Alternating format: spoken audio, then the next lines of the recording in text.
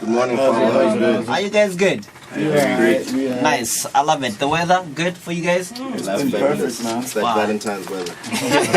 Yeah, you had to take it there. Let's get into the topic for the day today, the motion for the day today. And remember, you at home could be part of this particular conversation via the SMS line 76281885. Alternatively, get us on 3500131. That's where you can give us a shout and let us know what your thoughts, your views are depending on the topic for the day today. All right, so this is the motion that is before us today. It simply reads: this house would compel members of parliament to declare their assets. This is something that the Botswana Congress Party President Dumelang Saleshana has been talking about. He tabled a motion of this sort out in parliament. I'm not too sure how it performed. I don't think it was adopted. It wasn't adopted, I agree, Chief Comrade. It was never adopted. Yes, some of these things I need to, consult with a man who knows some of these things. But yeah, the case is this issue or this motion was not adopted in parliament, but he said that he won't stop talking about it. And this is why we thought of, looking into this matter, looking at the consequences of it, benefits of it, the negatives and positivities around this matter. You at home could also let us know your thoughts, your views via the SMS line 76281885, as well as the SMS line 76281885. We go to the very first speaker for the day today for the McGovern side. Ladies first, as always, as usual. I didn't get like ladies first. So we don't know in this case what but I guess for this day today, ladies first. So Onika is in the building. She's gonna let us know what her thoughts are on this matter. The motion, remember, it's called, or it is, this house would compel members of parliament to declare their assets. Onika, your 5 minutes begin now. Take it away.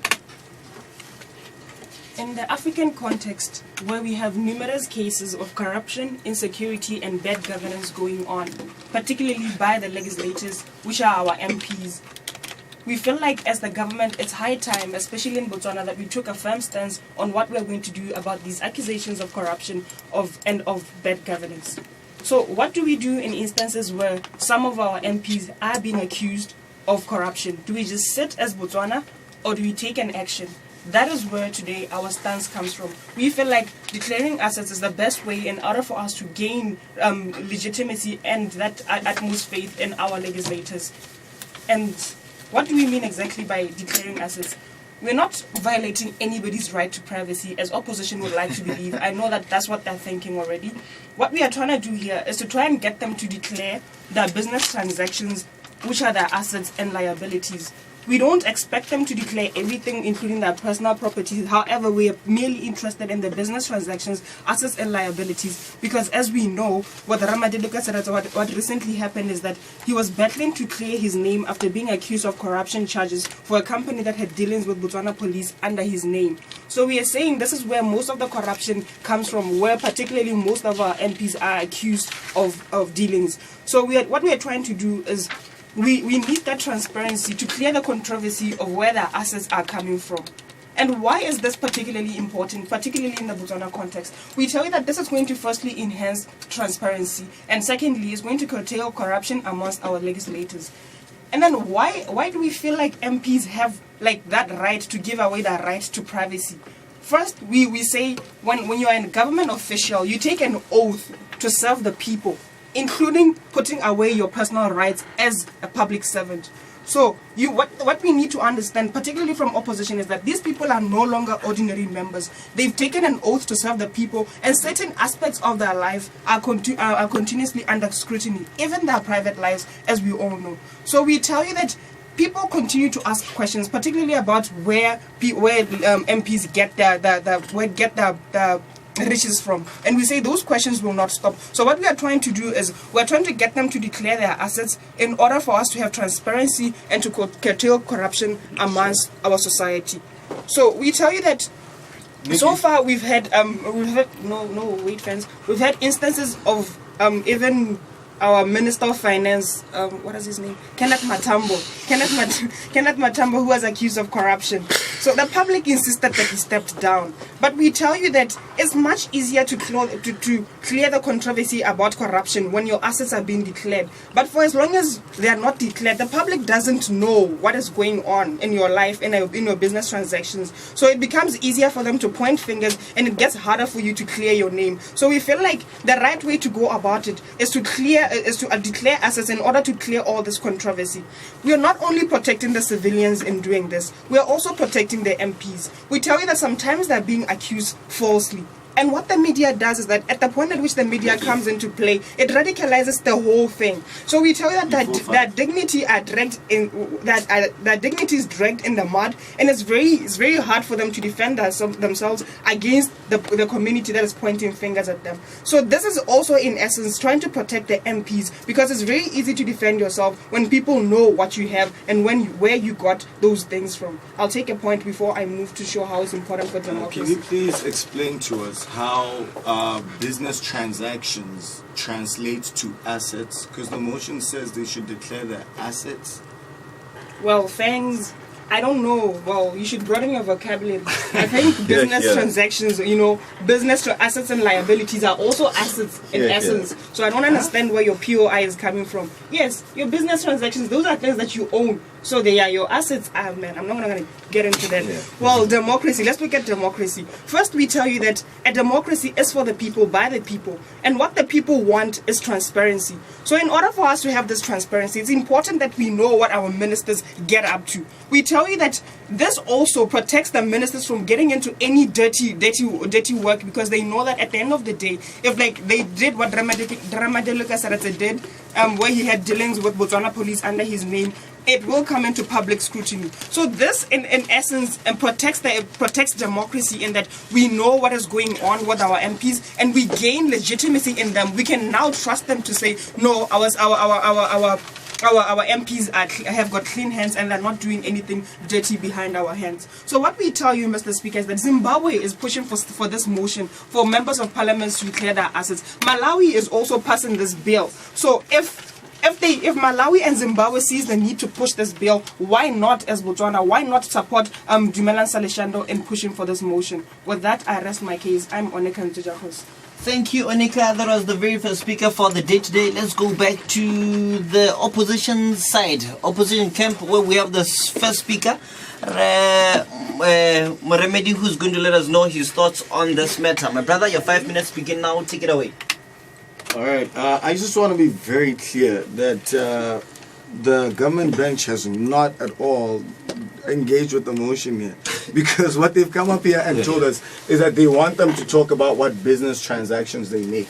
Business transactions are not assets, not by any definition, not by the English definition, not economically, not the accounts definition, Onika. Just to say assets and liabilities is not an explanation. It just shows us how little you know, right? So let's assume, however, that they did engage with the motion and they told us that they want these MPs to declare their assets. Or let's assume that business transactions are assets.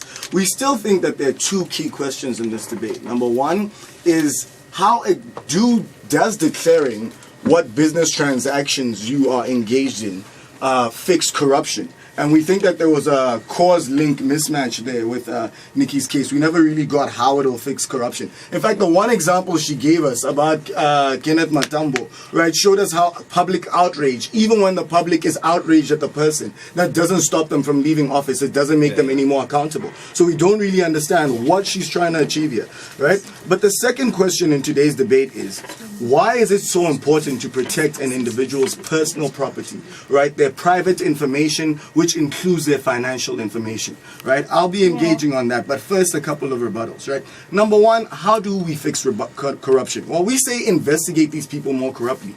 We have DCEC, which is set up to investigate them. That does that under status quo. We don't see how they are stopped from doing this, right? Number 2, right? She says she wants to show only business transactions. We don't think that that really accounts for corruption in any way. Because what if somebody what if say the head of Barclays Bank decides to buy the Minister of Finance a Bentley, right, and give it to him? Then that's not a business transaction. It's a 1 million pula bribe. We don't really understand how their system accounts for that. So we don't think it really reduces corruption very much. And that's very key to this debate, right? And finally, she says she's protecting the MPs. We say, look, they already have the right to declare their assets if they want to, right? We don't think it makes sense to force someone to do something they can do if they want to. We think that that amounts to government oppression of the people. Now, why is it that it's important to protect an individual's personal and private information, right? I'll take you now. Well, you talk about how we need to investigate more thoroughly, especially the DCEC, in order for us to fix corruption cases. So account for the closure for civilians. Where will it come from? Because the civilians are not the DCEC. It's not their job to investigate corruption. Now, number 1, right? We say that, look, why is it important? We say that protecting personal property is an essential part of governance, right? It prevents people from violating personal rights. That's why privacy rights are the first things that every government in the world protects, right? You can't just walk up into my yard and do what you want. I have control of access. I have control of who has access to my personal property, whether it's my emails, whether it's my house, whether it's my clothes, whether it's my financial information. It belongs to me, and it's very important that an individual has control over that information, right? We saw what a big uproar there was when Edward Snowden revealed that the United States government is hacking into everybody's personal information, right? It's a personal right, and we don't see why that's important, why we haven't had any real justification. We say that to protect this, it prevents people from violating your further rights. For example, it allows people to self-actualize. For example, say Masape, in order for her to be able to sell, she needs to have faith in the fact that nobody's going to come and take away or violate her property, right? And we say that that's important. Intellectual property, emails, financial information, they're all part of property, right? So we say that, look, if you are able to do this, right, to give a person's basic information to the public is to violate their basic property rights. And we don't understand why it is that financial information is not as important as my emails. Why is it that they don't want us to snoop into these MPs' emails because they might be discussing corrupt issues there? Because they understand that it's somebody's personal domain and you cannot easily violate it, right? The financial domain is the same thing, right? When we approach financial information, right, we say that we always err on the side of privacy. For example, cannot simply go and ask FNB to disclose my personal account. They have to get a search warrant in order to do that because it's important. It doesn't get disclosed to the public, right? Even when I go and break the law, for example, murderers who are in prison, their personal private information doesn't get disclosed, right? We don't even tell people where somebody who's committed a rape, where they are living after they get released from prison, because we understand that somebody's personal and private information is a basic right, and we don't understand why they want to violate it. We're very proud to oppose. Thank you. From the opposing side, we had Remedy Fence. The motion is this House would compel members of Parliament to declare their assets. Your thoughts, your views on this matter via the SMS line. Please get in touch. Let's get to know. Let's get to find out your thoughts, your views on this issue. 76281885, 76281885. A bit later on, we'll open the phone lines on 3500131. So you at home could also have a say on this issue. Get in touch a bit later on 3500131. For now, let your fingers do the talking on 76281885. Back to the government side, Mr. Kosi Muramung waiting. Duma FM SMS line 76281885. Take it away, sir. All right, thank you, Hava. You know, the only thing we've gotten from the side of opposition is an English lesson on what they feel what assets are. Listen, mate, it doesn't matter. We're saying that assets and liabilities as per the definition of an average reasonable human being. So it means whatever like businesses you own. I don't think at this stage I need to be defining this for you, thanks. But now their answer to dealing with corruption is only to act after the act happens. We feel as a responsible government, you must do more to incentivize corruption to not take place, rather than waiting for the DCEC to do all these things that you mentioned. And then the second thing, right? You bang on about privacy, and you even dare to talk about Edward Snowden. We fail to see the relevance that he has in today's debate. But we're not going into your private life and finding out who you're SMSing on the sideline or whatever things. All we simply want to know is what businesses you own, what kind of transactions you are into, what are your financial transactions. And the answer to that, which came up in Onika's speech, which you completely failed, is that these people as MPs, I'll take you at 3 minutes, these people as MPs have foregone some of the basic rights that all citizens have to things like financial privacy, because these are people who we hold in public office. So the highest officers in the land, people who are responsible for running our country. We feel as a responsible government, for there to be more faith in these leaders, which I'll talk about more, you need to be able to know exactly what these people have, so that we know that they're not robbing the state, because at the end of the day, these are the people who have all of our budgets. But now moving on to what we are bringing in today's debate. We feel, first of all, this type of thing enhances the role of the government and meets international standards, which will enhance Botswana's image as being a corrupt-free nation. Like I said in the beginning, corruption is something that is innate it could happen to any individual. We don't know the reasons why people are corrupt. So when you come us and tell us that people will solve corruption, that could or could not happen, right? But as a government, we don't think it's responsible to wait for things to happen and then say, oh, okay, this is our only remedy for corruption, because we're not doing away with the DCEC. These things can still happen anyway. All we're doing is doing something more and saying that, look, as a people, as MPs, what can they do so that they are not corrupt? Because we believe that it removes the incentives to be corrupt. Once everybody knows that, for example, when you are the Minister of Defense, that you have a company that supplies the Botswana police, it removes the incentives for that individual to want to be corrupt, because now all of his things are held to public scrutiny. And this is what we're talking about. Because once the public know more about what you're doing, it enhances democracy, because they have more faith in the people they elected to run their office. Go. Do you agree that the Whistleblower Act is sufficient insofar as people already know what some of these people are doing, yet they choose not to declare these issues to DCEC? Look, the Whistleblower Act is fine. I think this echoes the theme in your case of total irrelevance, because this has nothing to do with today's debate, right?